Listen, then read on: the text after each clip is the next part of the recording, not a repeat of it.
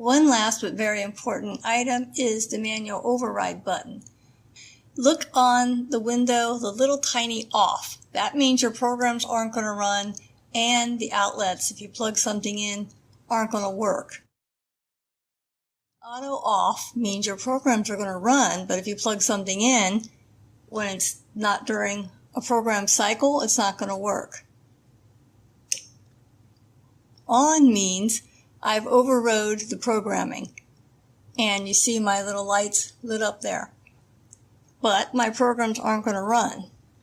Now auto on means the programs are going to run, and I've overrode the programs at this moment to allow the outlet to work.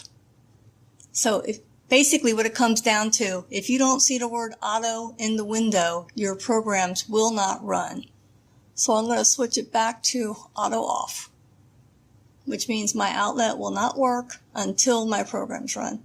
So usually you probably want to leave it on auto off. I hope this is helpful. Thank you.